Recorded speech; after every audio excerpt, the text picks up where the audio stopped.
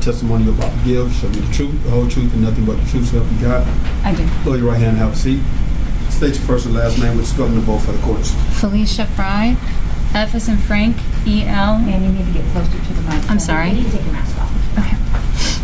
It's F as in Frank, E-L-I-C-I-A, and last name Fry, F-R-Y-E.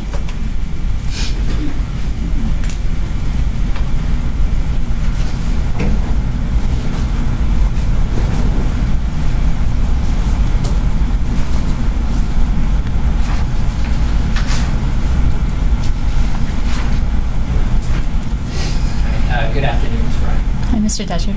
Would you please tell the jurors where you work? I work at Saks Fifth Avenue. And what do you do for Saks? I'm a client development manager. And what does a client development manager do? So I've got a team that I work with who we're working with clients and making sure that we're giving the right service and different kinds of experiences. And how long have you been doing that for Saks? I've been in management for Saks in different capacities for 22 years. Always here in Atlanta? No, started out in the Charleston store and then came here, and I was assistant general manager in the Sarasota store and came on back to Atlanta with my family. And you work here at the Saks Fifth Avenue in Phipps Plaza in Atlanta? I do. Right. And directing your attention back to December 21st of 2020, were you working at Saks then? I was. In the same capacity or a different capacity? Same client development manager. Now, do you remember that particular day? I do. Now, before we talk about what happened that day, was it just a normal day at the mall until then? It was a busy day. It was a busy day. Holiday time? Yes, it was. And that particular time, I guess especially in 2020, was the mall busier than usual? It was. And about what time did the mall close around that time of year?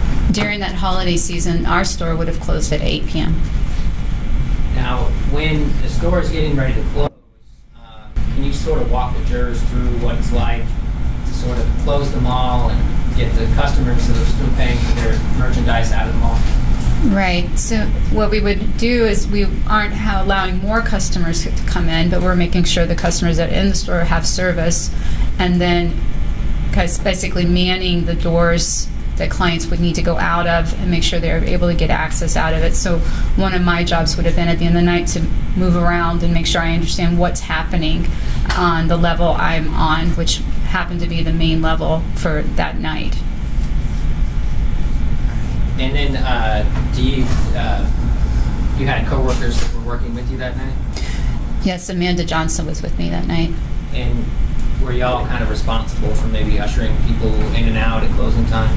Yes, Or out, I guess. that particular night, it was busy enough, and especially in the ladies' shoe department, that when I was on the Zello app or walkie-talkie app and said that it was really busy, maybe 20-something people there, she came down to assist me. And there was not enough assistance actually to even cover one of the doors to let clients out, so I was covering one of the doors for a period there that night. Now, at some point that evening in the mall, as you were closing up, escorting people out, do you remember seeing a particular person that caught your attention, a man? Yes. All right. And can you describe this particular person? Yes, there was a gentleman that after a decent amount of the crowd had cleared out, and the doors were secured, so I'm just letting one person out at a time. I'm unlocking and letting people out. There was a gentleman that had finished up shopping and was walking toward one of the exits, and he did catch my eye. I thought that I recognized him. I thought I'd seen him shopping at our store before.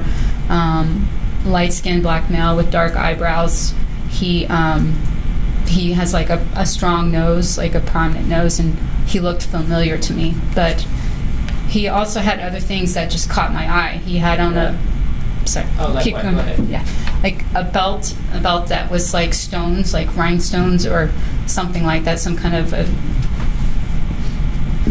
blingy is what the word I used when I was trying to describe it before. He had like the colors. I couldn't tell you exactly what he was wearing, but I just remember the impression of like Lakers colors because a lot of people were paying tribute to Kobe Bryant that year. And he had on something, it had to have been like Lakers colors on, like casually dressed, but also he had on these new Dior sneakers that we hadn't gotten in our store yet, but everyone was waiting to get. They were on a waiting list, people had reserved them, and like I when I saw them, I thought, I bet he must have gotten them from one of the freestanding Dior boutiques, because they haven't hit the mainstream stores yet. So there were a lot that stood out. And where was it that you first encountered this man? He would have been in the beauty department, and he'd finished being rung up there, and he's walking toward me. And the other thing that stood out is that he had a big wad of cash in his hand. When you say a big wad of cash, you mean like one, like 3 bills, 4 bills? No, like this. Like bills Yeah. stacked like this? Yeah. The big sandwich. Yeah, Okay, and where did he have that? In his hand? in his hand. Right. And did you let him out in the mall? Yes. Yeah. If Judge, if I could queue up State's Exhibit number 15 and publish a portion of State's 15. Go ahead.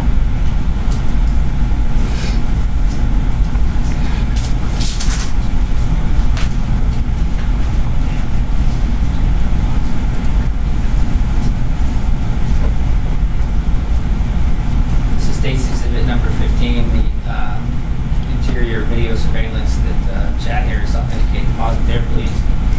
Do you recognize the person in this video that you saw that night? Yes, his back is to us right now with the cap. Maybe roll it back a little bit.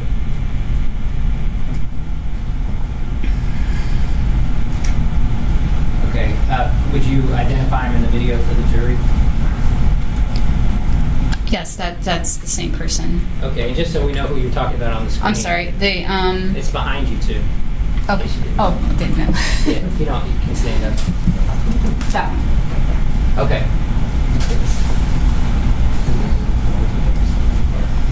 This is that big screen. Sometimes you don't know. So you're letting them out of the door to the parking lot? Yes, he was going toward that exit, so I did let him out the door there. And there, too, it was not like a normal kind of night, because instead of just walking straight out, he goes toward a car that's parked right at the curb. Well, before we get to that, let Sorry. me ask you a couple questions. So when you were letting him out, was he by himself He was by himself. with the money? Yes. Okay, and the parking lot that you're letting him out into, where is that parking lot located? They would call that the Peachtree exit. So I'm going to show you what's been admitted as State's Exhibit number 2.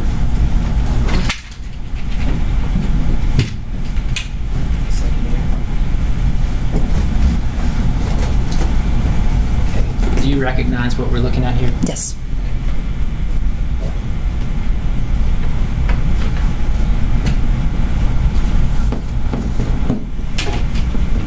Okay, so the parking lot where you would have been letting them out, can you identify where that is on this State's Exhibit number 2? Thank you. It's here. He would have been coming out here. That way. Okay, This so Peachtree Road. right into this parking lot? Yes. That's the entrance there? Yes. Okay, and then on the screen behind you, on the big screen, what are we looking at? That's the exterior of that exit. So that's the Peachtree Road exit, and you're seeing the parking lot out there. Okay, so For that's Phipps Plaza. that's right here. That's is the there. parking lot. Okay. Now, as you are letting him out into the parking lot, describe what you see. So he approaches the car, and there's the back door is open, like someone's leaving it open for him. So he goes to reach for that handle, but then before he can reach for it, they shut it on him. I thought like a friend was playing a prank or something, but I see him go then to the front. Someone wants him to go to the front instead, and so he goes to the front, and after that I've walked away. It's like I see him go to the front, but I don't see him get in, and I go back to see if any other people need to exit. Okay. So you walked away at that particular point? Yeah. Now, about how long had you stepped away from the door before you had to go back to the door? It couldn't have been long. It would have been within a few minutes that somebody else needs to go out again. Okay, and then who was that second person that you let out? So it was a female that I was exiting. I think she had a shopping bag, and we go there together. Have to unlock it again for her, the door. And was the silver car that you saw that man go into still there? Yeah, so it was there, and the person that I'd seen before is standing outside of it, and we both paused, the lady and I, because there's something like in his body language, like a tension, like he's looking at the car, and so we both stopped, and he's looking at it, and so the car like eases off, and then the car just takes off, and then he's running. It looks like, in my mind, he was trying to run through the parking lot to maybe cut them off in the corner, but then he veers and he just starts chasing the car really fast. And so, as this is all going on, do you end up letting the female outside?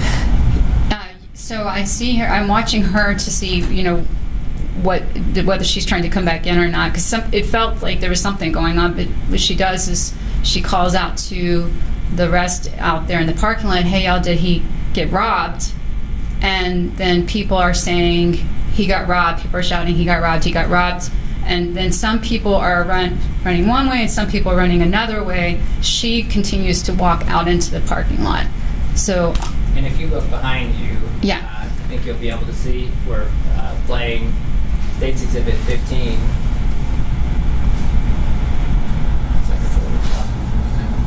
So is this when you're observing him get out of the car, or him standing outside of the car? yes. So I'm in the entranceway. Okay, and then who is that just stepped That's out? the customer that I let out. Okay, and you mentioned that you were waiting to see whether she was going to come back inside? Yes, it felt volatile. Yeah, and I didn't know. So then she doesn't come back in. She goes out to the parking lot. So that's when I lock up, and then I radio that something's going on. All right, now let's talk. So do you have, I guess you mentioned the radio, do you have some sort of communication system that you communicate with others in Saxford? Yeah, we use a walkie-talkie app called Zello to speak to each other. And how does it work? I mean, so we have a small group of us that are part of it, and you just touch the button and hold it down and speak, and then someone will speak back. This particular app also will record your conversation. All right, and does it put a timestamp on when the communications are sent? It does. Have you had a chance to review your Zello chats from that night with Amanda? Yes. Showing you what's been marked as 48. Have you had a chance to review your Zello? Yes, I did. Okay, and that's a fair and accurate depiction of the conversation that you had with Amanda about the events that happened that night? It is. Going to move to conditionally admit State's Exhibit 48. I intend to, or the state will lay the rest of the foundation. Ms. Johnson, read the next witness. All right, thank you. All right. So now, after you let him out, you see the man run from the alley, the guy you described for us. What do you do? So I get on the Zello app and I say someone's just gotten robbed, and then I look to see what's going on around me, and I immediately see that there's a father and a little girl walking toward me through the beauty department, about to go out the Petrie door. So I go to them and I say, "Could you all please just wait with us for a little bit, because it doesn't seem safe outside right now. Something's going on. Would you mind just staying with us?" And the father agreed to stay with us for a little bit there.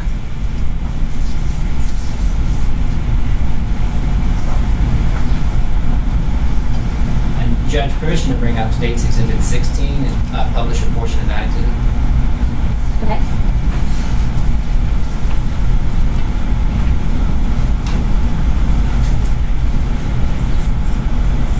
Oh, sorry, 17.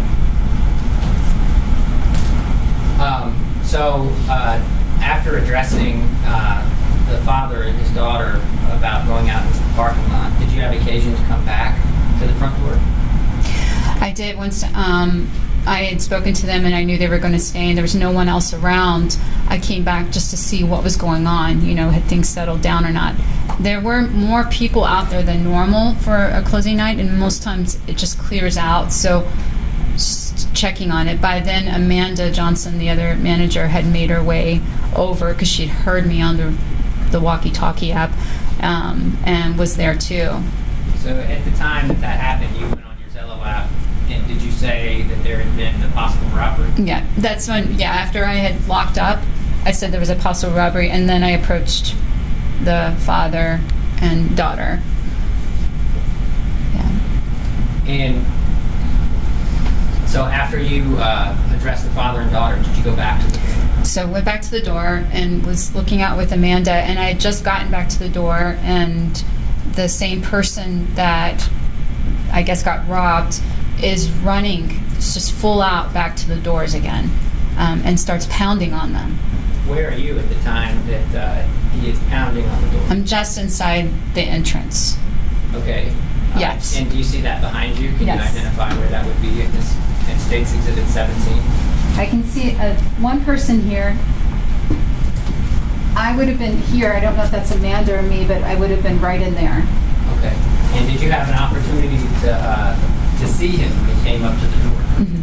And can you describe how it was that he was acting?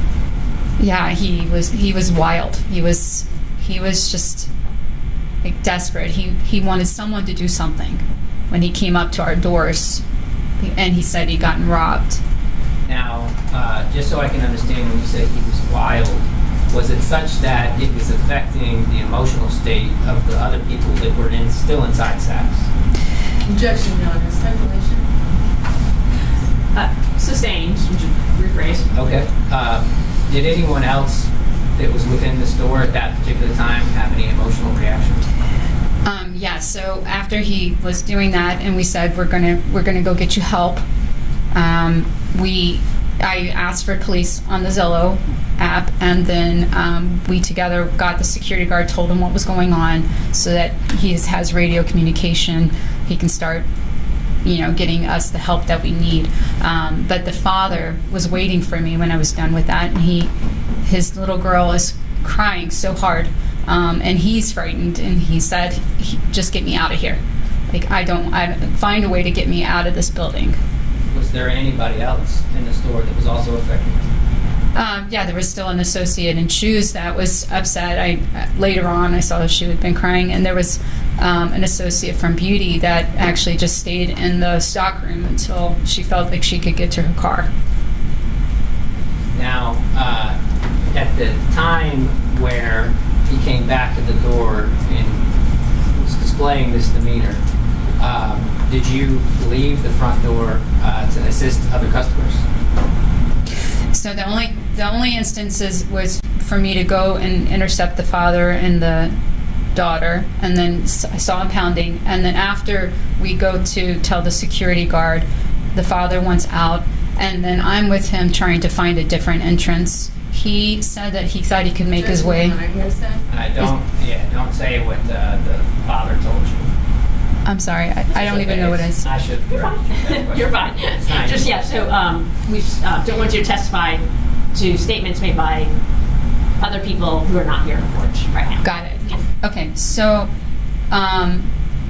what they was asked of me was to find a different entrance, and at the time they thought it would be safe to get out through the main mall entrance. So that's where I took the father and the little girl. And I was attempting to raise the gate up to get them out that way. And the little girl's crying so hard, like it's almost like a keening, like she's so shrill. Apparently at that point, Amanda on the Zello app said shots fired. I couldn't even hear it because the girl's crying so hard. But So, I guess minutes or within a short period of time? Very short period of time. You heard the shots fired call. I didn't hear the shots fired call because the little girl's crying so hard. What I heard Amanda do is shout to us, get away from that entrance. And so I ended up taking the gentleman down through like the basement level, out through our employee entrance, to get him like out of the building, because that's really what he wanted, was just to get out of there. Now, did you go back up into the main small area after that? Yeah, I had another group that I intercepted, and they too asked to go out through the employee entrance. So I took them down and then came back up, and that's when I learned from Amanda that shots had been fired because I couldn't hear it. Now, the guy that you described pounding on the glass, you mentioned that you were trying to get help. Did he stay? No. So he was gone after that. Is that Right. fair to say? Just 1 second.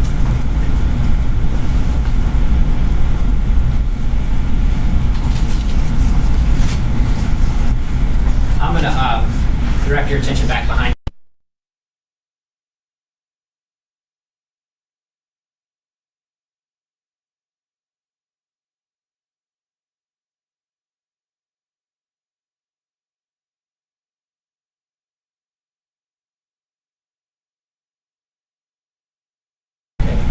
So do you see the person in this video that you identified and described as, acting wild and desperate? Yes, he's right there. Right. Gotcha. And you would have been where? Just inside the glass doors. We were talking to him through the doors. Yeah. And do you see that man in white there? Mm-hmm. Do you know who that is? Yes, that's Edward Stevens. All right, and who is that? He's one of the style advisors in men's clothing at our store. No further questions. Ross? Good afternoon. Hi. What you just testified to, what you experienced and what you saw was a gentleman that caught your eye and then was robbed outside of your store, correct? Correct. But you didn't see anything about any shooting, or you didn't see that gentleman with the gun, correct? Correct. Thank you. Redirect? Nothing further. All right, I'm pretty good. Thank you. Thank Appreciate you. it. All ready for break now? Yes, all right.